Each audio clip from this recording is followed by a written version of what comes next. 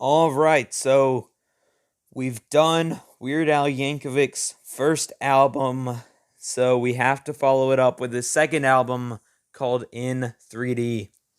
And this album is much more different from his original album because this isn't only accordion like his other album was.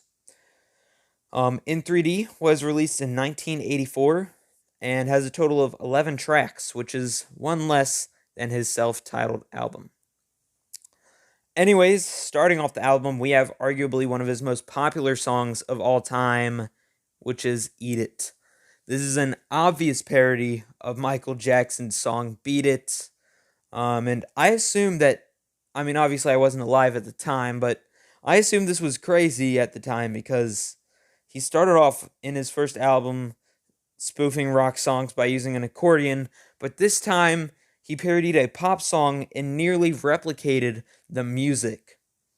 Um, Anyways, it's a really good and funny song, so I have to give it a pretty good 8 out of 10. Next up, we have another good song with Midnight Star. This song is basically making fun of those magazines that have these crazy articles such as, and I quote, "The Incredible Frog Boys on the Loose Again," and "Eat jelly donuts and lose 20 pounds a day." It truly is a funny song and is very catchy, so I'll give it a 6 out of 10. Pretty solid. Next up, track 3 is the Brady Bunch. This one is a parody of the Safety Dance by Men Without Hats. And basically, it's just how he would how he would rather watch anything but the Brady Bunch, and that's it. I never found it all that amusing, but it's hard to say that the Safety Dance is a bad song, so I'll give it a 3.75 out of 10. Next up is track 4 by Me A Condo. Oh boy, this one is not aged well at all. The song is just is about a stereotypical Jamaican immigrant who made it to America. Can you imagine if this was released in today's day and age? And you know what amazes me is that he's still singing it during his 2022 tour. I've seen like people reviewing the tour and whatnot, and their shows that they've been to, and he's still singing it on a few of his shows, which honestly is crazy with how insensitive the song really is when you listen to the lyrics. But anyways, not only does it just lack comedy, it's just not very good song. I guess it's kind of catchy, but it's it's just bad in general. I'll give it a 0 out of 10 to be honest. um Next up, we have another Weird Al classic, and that is I Lost on Jeopardy, which is a parody of Jeopardy by the Greg Kihn Band. And this is a catchy and hilarious tune about somebody who isn't very smart going on Jeopardy, and to the surprise of no one, getting absolutely destroyed in his attempt of gaining a few bucks. Um, this is one of my favorite Weird Al songs, to be honest, and I'll rate it a 6.75 because musically, Jeopardy, it's not very good of a song in my opinion, but lyrically it's pretty good. Next up, track 6 is his first ever polka medley, Polkas On 45, and this is like all the other polkas, pretty much. It's just a medley of different songs that were popular at the time. And it's pretty hard to rate these because Al's whole gimmick is being funny, and those aren't really funny. They just showcase his skills as a polka artist and his vocals. I'll probably do this with every other one, and I'll probably just give it an even 5 out of 10. Next up, track 7 is Mr. Popeil, and I never really understood this one or found it all that funny. I guess musically it's decent, but I never understood any of the lyrics of the song. So honestly, if any of you guys watching this understand, please let me know in the comments because I'm quite a clueless human being if you couldn't tell. So yeah. I'll give it a 1.5 out of 10. Yeah, I think that's what I'll do.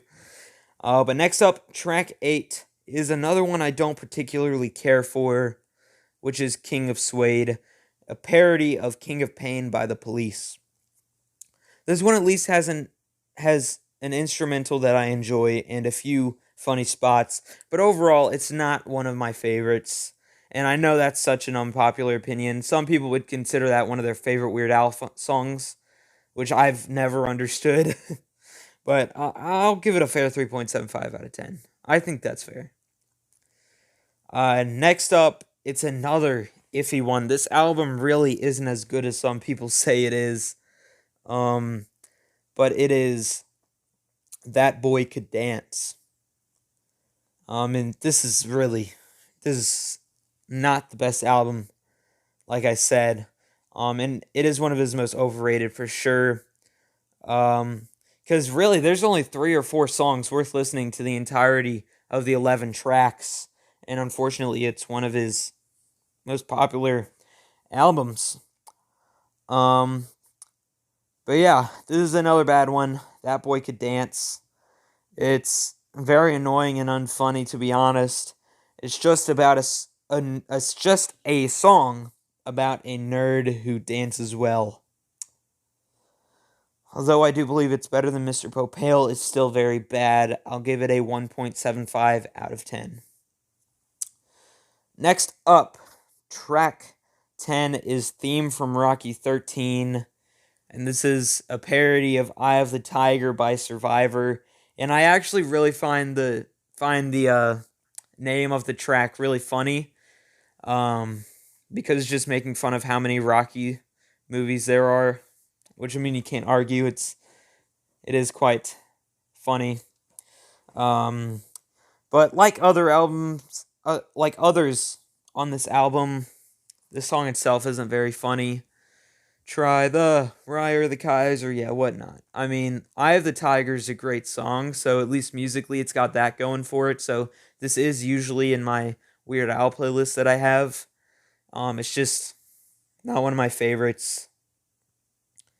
But I must much certainly listen to the one by Survivor than by Al, so I'll give it a 4.75.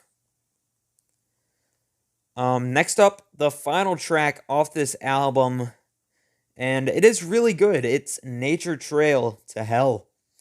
It is an original, and it's basically mocking those cringy movie advertisements that really hype it up, even when the movie's horrible. It's really funny, and it's a rock song, which is my favorite genre, so that's obviously going to help as well.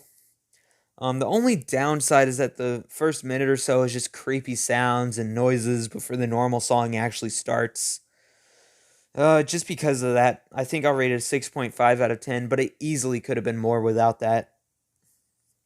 But yeah, that's my review for Weird Al Yankovic's second album in 3D.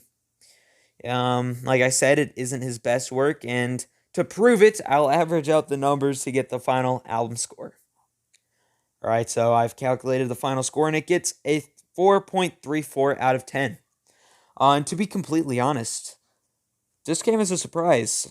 After how cruel I was with some of the songs, I thought it was going to be in the 3.5 range, but I guess not, though.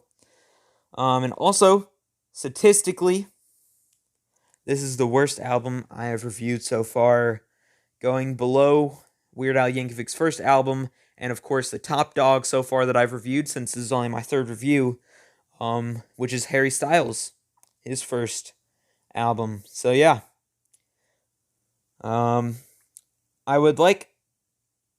don't even know what I'm saying at this point. Anyways, I hope you all enjoyed the video, and I would love to hear your thoughts on this album and album suggestions in the comments. I'll see you all later, and thanks for stopping by.